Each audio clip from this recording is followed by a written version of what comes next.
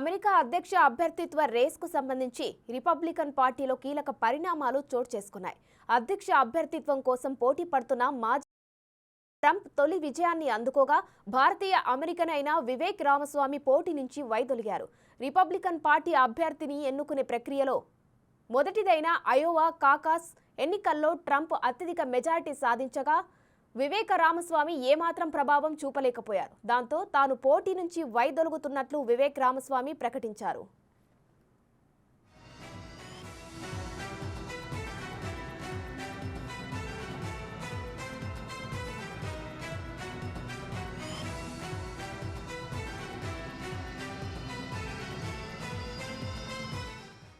ప్రైమరీలో కీలకమైన Iowa Caucasus ఎన్నికల్లో ట్రంప్కు ఏకంగా 51% ఓట్లు వచ్చాయి. ప్రైమరీ ఎన్నికల్లో భాగంగా జరిగిన మొట్టమొదటి పోలింగ్లోనే ట్రంప్కు భారీ మెజారిటీ రావడంతో ఆయన రిపబ్లికన్ పార్టీపై ఏమాత్రం పట్టు కోల్పోలేదని విశ్లేషకులు అంటున్నారు.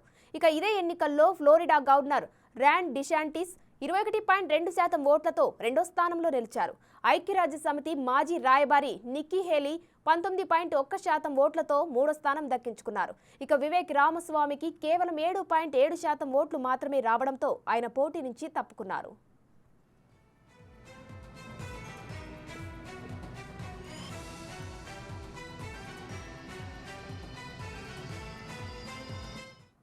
అమెరికాలో అధ్యక్ష అభ్యర్థిని ఎన్నుకునే ప్రక్రియలో భాగంగా కొన్ని నెలల పాటు ప్రైమరీ ఎన్నికలు జరుగుతాయి.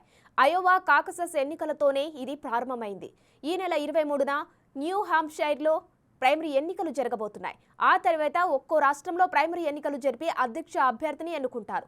అయితే ప్రైమరీ ఎన్నికల్లో ట్రంప్ పోటీ చేయకుండా కొలరాడో, మైన్ రాష్ట్రాలు నిషేధం విధించాయి. ఈ నిర్ణయంపైన ఆయన అమెరికా సుప్రీంకోర్టులో పోరాడుతున్నారు. 2016లో జరిగిన ఎన్నికల్లో అమెరికా అధ్యక్షుడిగా ఎన్నికైన ట్రంప్ 2020లో డెమోక్రటిక్ పార్టీ నేత జో బైడెన్ చేతిలో ఓడిపోయారు.